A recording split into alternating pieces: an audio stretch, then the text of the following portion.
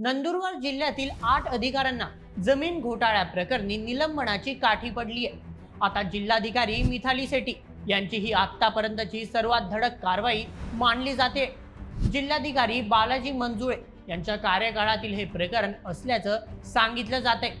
आता ह्या प्रकरणामध्ये चौकशी समितीच्या अहवालानंतर सहाय्यक महसूल अधिकाऱ्यांपासून तर तलाठ्यांपर्यंत सर्व अधिकारी आणि कर्मचाऱ्यांवर कारवाई करण्यात आली आहे।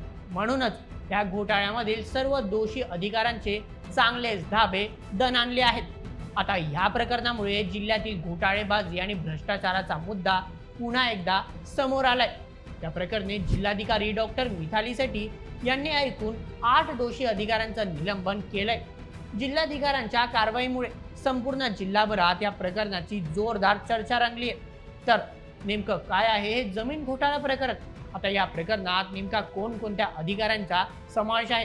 तर चला नंदुरबार जिल्ह्यात घडलेल्या या घोटाळ्याबद्दलची संपूर्ण माहिती जाणून घेऊया आजच्या व्हिडिओमध्ये।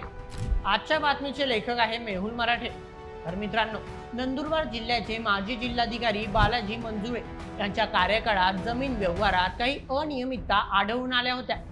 आता ह्या प्रकरणी विद्यमान जिल्हाधिकारी डॉक्टर मिथाली सेठी यांनी एकूण 8 भ्रष्ट अधिकाऱ्यांना निलंबित केले।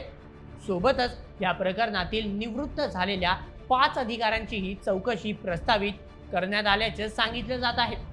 या जमीन गैरव्यवहार प्रकरणी चौकशीसाठी अपर जिल्हाधिकारी यांच्या नेतृत्वात चौकशी समिती तयार करण्यात आली होती।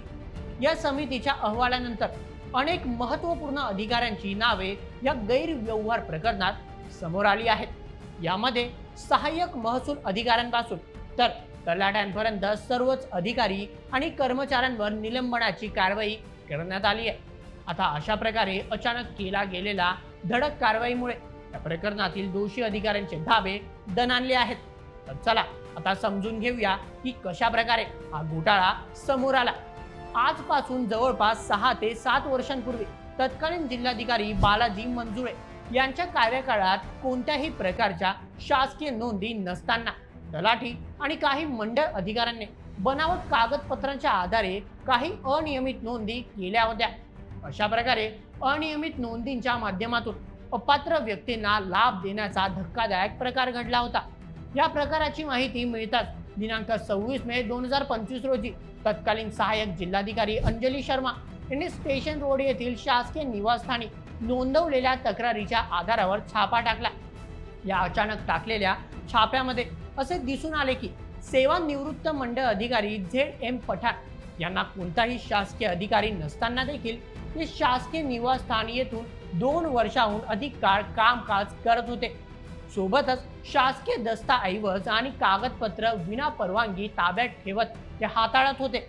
अशा प्रकारे या शासकीय निवासस्थानी हा धक्कादायक प्रकार घडत होता।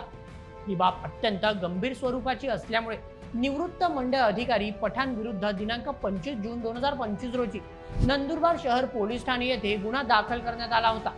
या आरोपातील सर्व बाजू जाणून घेत तथ्य पडताळणीसाठी म्हणजे नेमके सत्य काय आहे हे जाणून घेण्यासाठी नंदुरबारच्या अपर जिल्हाधिकारी धनंजय कोकाटे यांच्या अध्यक्षतेखाली दिनांक 24 जुलै 2025 रोजी चौकशी समितीची स्थापना करण्यात आली होती। यामध्ये अपर जिल्हाधिकारी धनंजय कोकाटे यांच्यासह तत्कालीन प्रांत अधिकारी अंजनी शर्मा शहादा आणि नवापूर तालुक्याचे तत्कालीन तहसीलदार आणि 2 नायब तहसीलदार या सर्वांचा समावेश होता। या चौकशी समितीने संपूर्ण तपास पूर्ण झाल्यानंतर आपला अहवाल जिल्हाधिकारी डॉक्टर मिथाली सेठी यांच्याकडे सादर केला। समितीने अहवालात सांगितले की यातील दोषी अधिकाऱ्यांनी जिल्हाधिकारी कार्यालयाकडून बिनशर्ती आदेश पारित झालेले नसताना कार्यालयीन कार्यपद्धतीचा अवलंब न करता तलाठी तसेच मंडळ अधिकाऱ्यांनी बेकायदेशीर आणि फेरफार पद्धतीने नोंदी घेतल्या आहेत। तसेच या संपूर्ण व्यवहारात मोठी अनियमितता आढळून आली आहे। अशा प्रकारचा अहवाल त्यांनी सादर केला।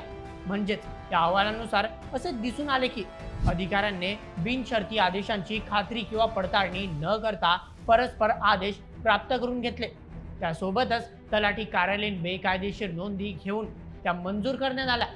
यामुळे प्रशासकीय कामकाजात जाणीवपूर्वक शासनाचा अहवाल बुडवून आर्थिक नुकसान केल्याचे निदर्शनास आले आहे।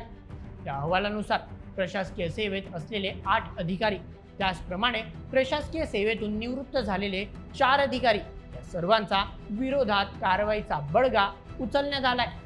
या प्रकरणी जिल्हाधिकारी डॉक्टर मिथाली सेठी यांनी एक सहाय्यक मंडळ अधिकारी प्रशांत देवरे, 2 तळोद्याचे सहाय्यक महसूल अधिकारी हरीश पाटील, त्यानंतर 3 उमरदे गावाचे तलाठी शिवाजी यादव, 4 पातोंड्याचे माजी तलाठी संजय रणियेवले, 5 नंदुरबारचे माजी तलाठी महेश गावी, 6 अशोक कोकणी, 7 बाळू धनगर, 8 जयसिंग पावरा अशा एकूण 8 सरकारी अधिकाऱ्यांवर आता निलंबनाची कारवाई केली आहे।